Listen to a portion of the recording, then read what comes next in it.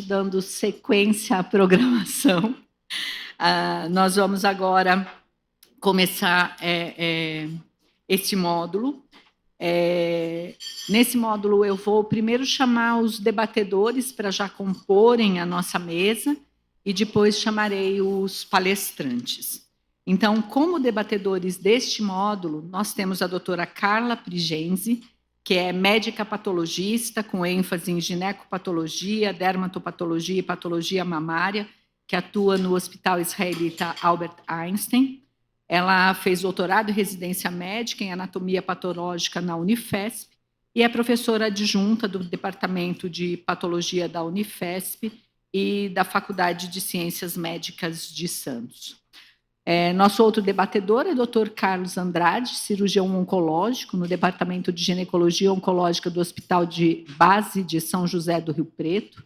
É membro titular do grupo EVA, SBCO, ESGO e GCS. Obrigada, Carlos. E doutora Maria Eduarda Meyer, que é oncologista clínica do Centro Especializado de Oncologia de Florianópolis. Ela é pós-graduada em Oncologia de Precisão pelo Hospital Israelita Albert Einstein e pós-graduada em Predisposição Hereditária ao Câncer, também pelo Albert Einstein. E os nossos palestrantes, nós tivemos uma pequena mudança. A doutora Audrey, infelizmente, teve uma intercorrência e teve que voltar rapidamente para a sua cidade. Em seu lugar, nós teremos a doutora Daniele Akaish, que é oncoginecologista do Hospital Albert Einstein e do Hospital do Coração. Certo, Daniele? Daniele está comendo, então a gente vai deixar ela subir depois, tá? E o nosso primeiro palestrante é o doutor Ricardo Reis, que é médico titular do Departamento de Ginecologia Oncológica do Hospital do Câncer de Barretos. É pró-reitor e professor da pós-graduação e diretor do Instituto de Ensino e Pesquisa do Hospital do Câncer de Barretos. Ele vai nos falar a respeito da gestão do manejo do carcinoma intraepitelial tubário seroso. Muito obrigada. Bom, inicialmente eu gostaria de agradecer a Andréia, toda a diretoria do EVA pelo convite e por esse evento maravilhoso que está ocorrendo aí nesses 3 dias. Coube a mim a gente discutir, eu sei que todo mundo está comendo aí, vamos discutindo e comendo ao mesmo tempo, sobre o manejo do STIC. Manejo e gestão do STIC. Bom, eu não apresento nenhum conflito de interesse, agradeço as minhas agências de fomento aí que me dão suporte aos meus projetos e ao meu grupo de pesquisa do CNPq. Quando eu vou falar em STIC, é importante a gente saber que significa o carcinoma intraepitelial seroso tubário. Então, a partir de agora, eu vou falar em STIC, todo mundo já sabe o que eu estou falando, certo? Esses são os objetivos que a gente vai percorrer durante a minha apresentação. Mas antes da gente percorrer esses objetivos, é importante a gente falar da frequência que ocorre o STIC em salpingoforectomias bilaterais profiláticas. Em pacientes de alto risco com mutação de BRCA, a literatura nos traz que essa frequência não é baixa, não, é de 0,4% a 8,5%. Nas pacientes de baixo risco, população geral, esse índice é muito raro, abaixo de 0,01%. E, muito importante, nós sabemos que o STIC ele coexiste com o carcinoma seroso de alto grau nos estágios avançados em até 66% das vezes. Ou seja, isso corrobora para a origem desse carcinoma seroso de alto grau de ovário vir das trompas, ou seja, das fímbrias. O primeiro objetivo é a gente descrever as hipóteses da origem do carcinoma seroso de alto grau. Em 1969, esse é o primeiro paper que eu resgatei, que os autores, lá na época eu tinha 3 anos de idade, muitos daqui não eram nascidos, primeira vez que se refere a um carcinoma in situ na trompa tubária, mas não relacionado, obviamente, na época, um carcinoma seroso de alto grau de ovário. O primeiro grupo a descrever essa relação da doença do carcinoma intraepitelial tubário seroso com a origem do carcinoma seroso de alto grau de ovário foi um grupo holandês que publicou em 2001, aqui à esquerda de vocês, em cima, na figura A, um carcinoma seroso intraepitelial seroso, carcinoma intraepitelial seroso de tuba. Aí, à direita de vocês, no B, a imunistoquímica com expressão do KI67 e no D, do P53, que hoje fazem a importância do tríade para o diagnóstico do STIC.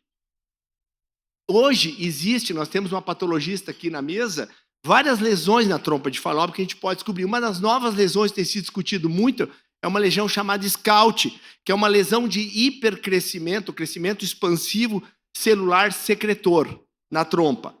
Tem a STIL é uma lesão antes do STIC, que é a lesão intraepitelial serosa tubária. Nós temos o STIC, que é o carcinoma intraepitelial seroso tubário, e o carcinoma invasivo oculto. Todo esse processo da carcinogênese do carcinoma seroso de alto grau começa com a assinatura do P53. Mas nós temos que saber que unicamente 57% dessas assinaturas do P53 são associadas à mutação do gene TP53. E a sequência da patogênese molecular do carcinoma ovariano de alto grau parte da assinatura do P53, a partir daí a mutação desse gene TP53, a formação da lesão intraepitelial tubária serosa, que é precoce, praticamente coincide com o diagnóstico da mutação do gene TP53, a partir daí a evolução para o STIC, para o carcinoma intraepitelial seroso tubário, e aí, a partir daí, o carcinoma invasivo. Essa foto eu achei maravilhosa, ela mostra bem o processo de carcinogênese. Lá em cima, a assinatura do P53, o primeiro processo nessa carcinogênese. A partir daí, a mutação do gene TP53, formação do STIC ativo, e esse STIC esfoliando células neoplásicas sobre a superfície ovariana e sobre o peritônio da cavidade peritoneal, e a partir daí se desenvolvendo o carcinoma seroso de alto grau. Essa é a teoria mais conhecida, mais aceita atualmente, uma das teorias relacionada ao surgimento do carcinoma seroso de alto grau de ovário. Tudo começa lá na fímbria da trompa, com um processo de proliferação serosa inicial, precoce, juntado a isso a assinatura do P53, formação da lesão intraepitelial tubária serosa, a partir daí o desenvolvimento do carcinoma intraepitelial seroso tubário, o STIC, e essa STIC esfoliando células sobre o ovário, sobre a superfície peritoneal da cavidade abdominal e esfoliando também células na própria trompa. Tudo isso dependendo da mutação do gene TP53. E como se diagnostica o STIC atualmente? O diagnóstico realmente é muito desafiador, porque existe uma variabilidade interobservador, é uma condição muito rara, que complica mais ainda, e uma reprodutibilidade moderada no diagnóstico. Há uma necessidade dos patologistas aplicarem o protocolo CIFIN, que nós vamos conversar adiante, e hoje, dentro do anatopatológico da patologia, é muitas vezes difícil distinguir na trompa uma lesão da assinatura do P53, da lesão intraepitelial, do SCOUT e do carcinoma intraepitelial. Esse é o protocolo CIFIN, que é um protocolo anatopatológico adequado para análise anatopatológica da trompa, com cortes seriados estabelecidos, principalmente focando a região da fímbria. E existem hoje na literatura vários algoritmos diagnósticos para orientar os patologistas de como chegar nesse diagnóstico do STIC. Mas, na verdade, se nós formos falar, o diagnóstico envolve a evidência de atipias morfológicas nas fímbrias, nas trompas, associada a uma expressão do P53 aberrante e também uma expressão do KI67 elevado. Como mostrado abaixo, à esquerda de vocês, o diagnóstico do carcinoma intraepitelial seroso tubário, a imunistoquímica com a expressão aberrante do P53 e aqui o KI67. Bom, e qual é o prognóstico do STIC quando ele é diagnosticado na trompa numa salpingoforectomia bilateral profilática? Esse é um trabalho do Memorial, publicado na Gynecology Oncology em 2021, que avaliou pacientes com carcinoma seroso de alto grau, estadios avançados, e que realizaram citoredução primária, cirurgia primária. Eles separaram em 2 grupos. 28% tinha a presença do STIC e 72% não tinham a presença do STIC no anato patológico. E eles avaliaram os desfechos oncológicos e o perfil genômico somático num painel de NGS de 468 genes. E o que eles viram? Que do ponto de vista de prognóstico oncológico, tanto em sobrevida livre de progressão como em sobrevida geral, não houve diferença prognóstica nas pacientes com carcinoma seroso de alto grau que tinham ou não tinham a presença do STIC. E olhando o perfil genômico, igual, semelhante, sem nenhuma diferença do perfil genômico das pacientes com carcinoma seroso de alto grau, com ou sem a presença do STIC. Esse, para mim, é um dos trabalhos mais importantes, mostrando o efeito prognóstico do STIC hoje.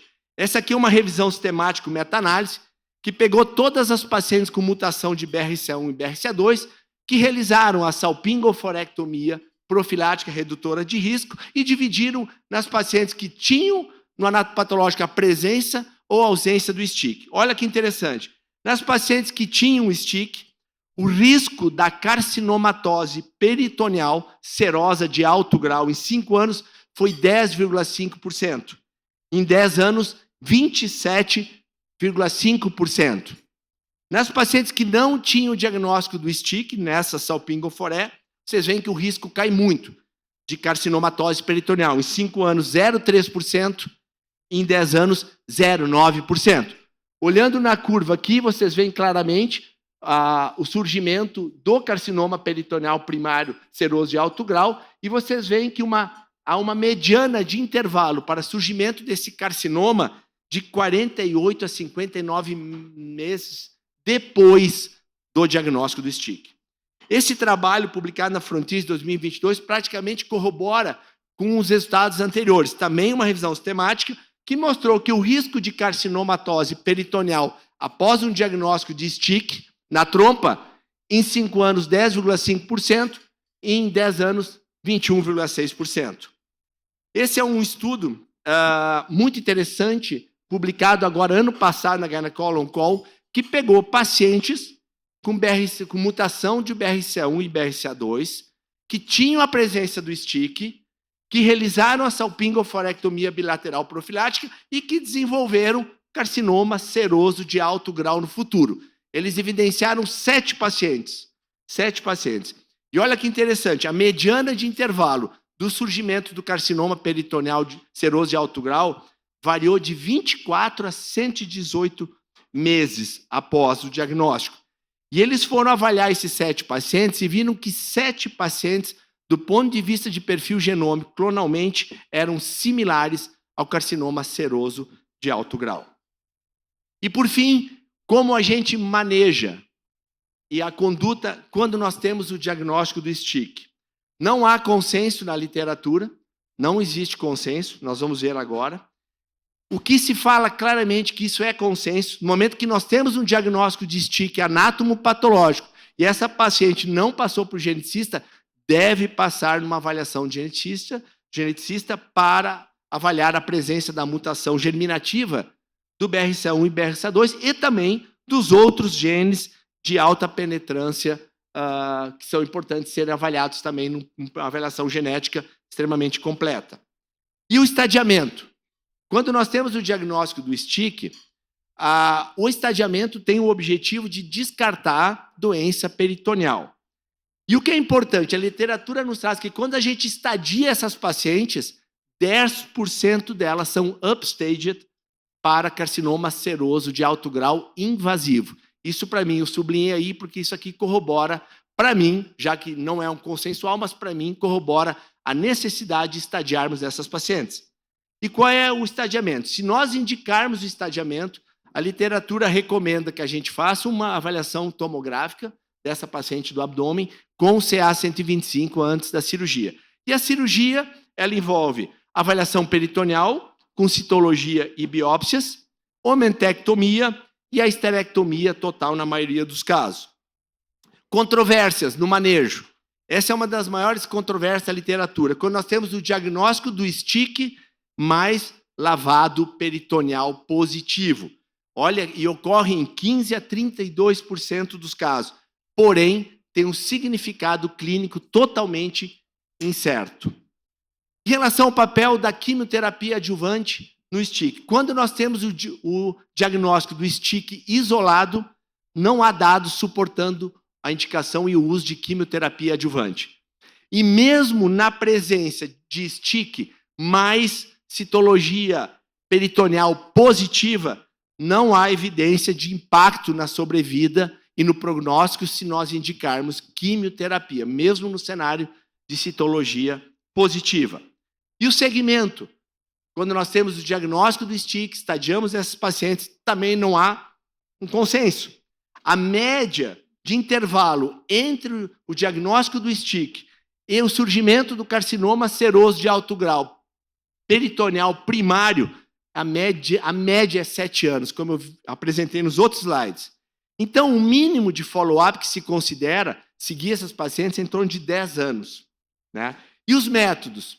Existem condutas mais assertivas de seguir essas pacientes com tomografia ECA125 de forma regular. Já outros já têm um manejo um pouco mais conservador, que eu vou apresentar mais adiante. E os guidelines, para finalizar. O guideline da NCCN é extremamente mais modesto com relação à conduta depois do diagnóstico e estadiamento do STIC. Se coloca, a gente pode observar, com ou sem a realização do CA125 periodicamente nessas pacientes, e ele coloca o NCCN claramente que se a gente tiver um diagnóstico de STIC, essa paciente deve ser encaminhada para o ginecologista oncológico. Porém, a ESMO e a ESGO-ESP, ano passado, estabeleceram um consenso e tem uma parte muito importante em relação à conduta do STIC.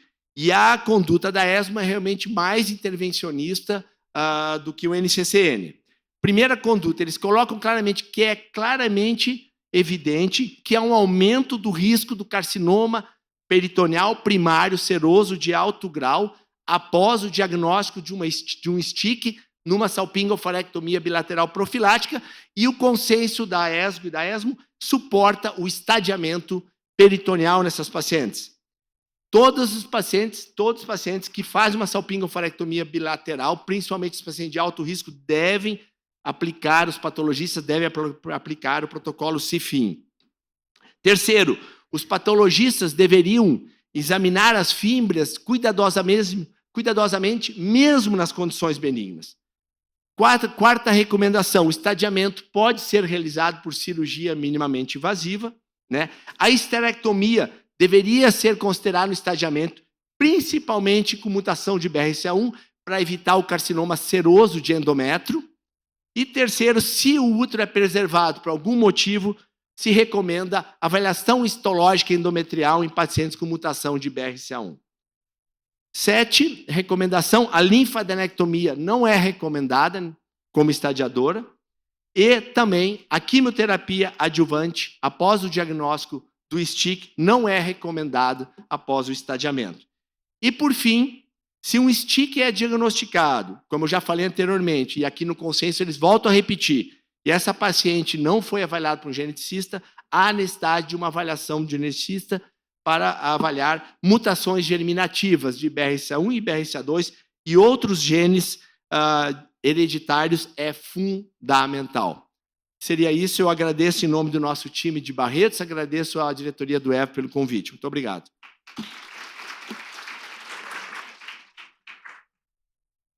Muito obrigada.